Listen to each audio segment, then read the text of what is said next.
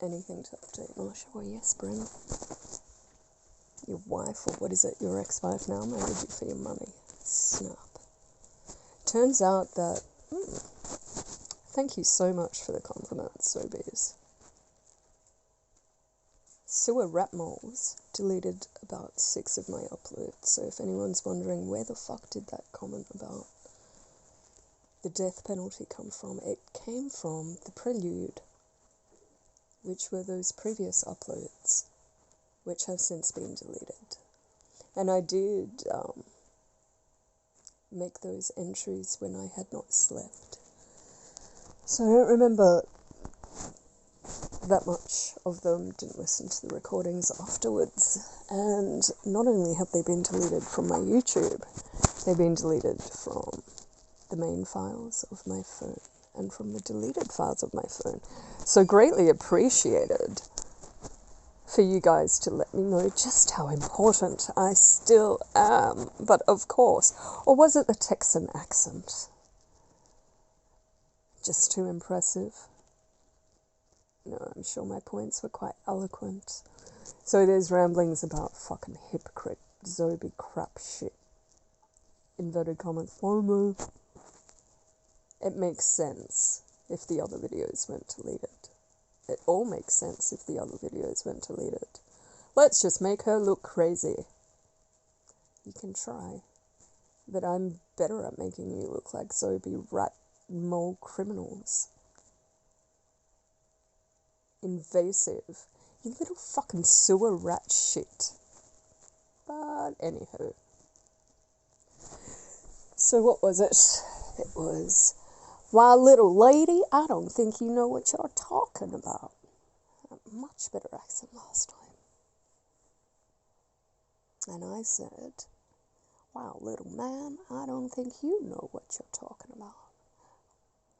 No, I didn't. I said, "Why, little man, I think I do know what I'm talking about." Texas behaves as though it's the 1950s. It was easier to have the death penalty when you had a centralized system of governance, when you had the reins of power and finance within the hands of the few, because they had immunity. They could, with impunity, dish out the harsh penalties and not run the risk of suffering the consequences themselves. And I think I started that lot with, when I was a kid, I was raised amongst cunts, and I thought the world was a cunt.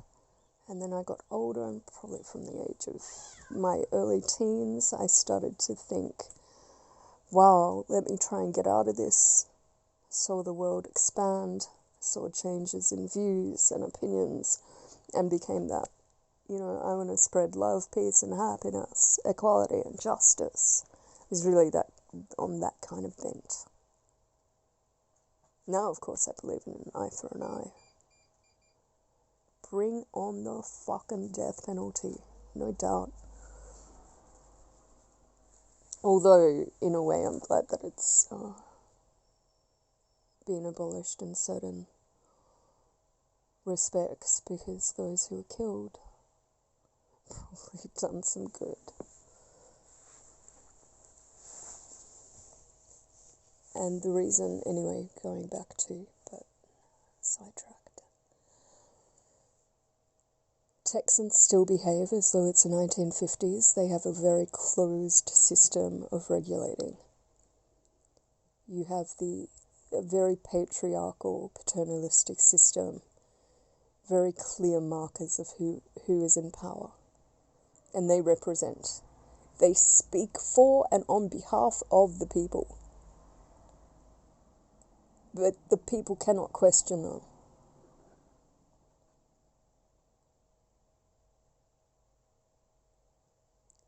Whereas, probably Nixon times, who knows what was the impetus for it, but going back, sorry, because this was all done, this was done smoothly, but it's been deleted, whatever, it happened. So then I got into my 20s and ran around trying to bring love, peace, and happiness to a world in which that concept, or those concepts of foreign, slowly came to understand that all this change in movements, environmentalism, etc., was just, it all had to do with finances and factions. Had to do with vying for power and resources. It had nothing to do with equality and altruistic thoughts about the planet and the future, and caring about the quality of life for all. Nothing to do with that whatsoever. Just had to do with expanding the terrain of exploitation. And it's all, government pushed, again, based on factions. Speaking of factions, that's where we come up to the breakdown of the death penalty. In the 50s, easy. Those making the rules, those deciding, protected. This enclave, this cone of silence bubble. They had each other's backs. Power, resources, finances within limited hands. And then a proliferation of industry and incentives, motivations, etc. meant that there was now more of an internal vying of power, so that those committing the atrocities were not so much secure in their protection, because this new ladder system of toppling those on top via this same so-called democracy system meant that factions would vie against each other, and bribery came in.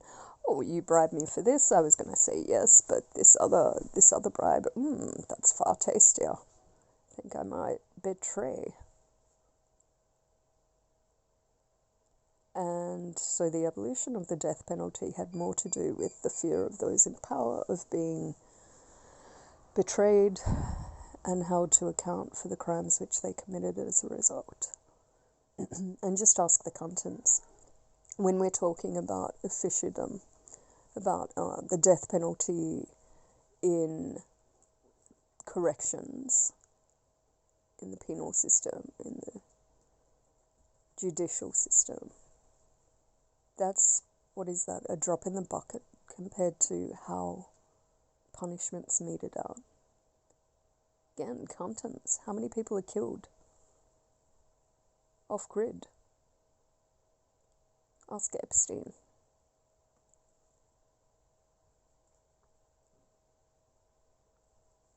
There's a lot more by way of the death penalty behind the curtain than there are for those that are seen.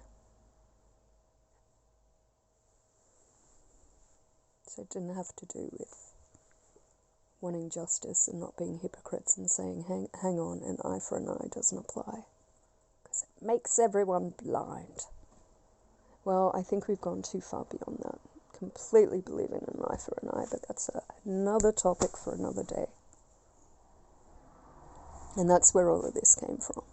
And so the others were insidious. The difference in the power structure is that the Texans appropriate, or those in control appropriate power, as though, going back again to the 50s with the paternalistic, think of a family system, mum, dad, kids, dad's in charge. Anything dad says goes. But he represents the family. He is their voice. And they can't debate him, but he's representing them and they acquiesce. And in his voice being all supreme, they are silenced, but still, they are represented through his voice, even though they don't have a say. And that's the Texan system, very 50s, hence their protection. Whereas other systems who have perhaps dismantled the death penalty or put it on hold function in a different way. You know, they function within, let's use the United States of America as an example. They function within their country, in amongst all the other states and on a global terrain. And so they understand, well, we need a way to protect our asses if we're found out. So we can't use a Texan system. We can't say we're the be-all and end-all, because if we're toppled, we're fucked.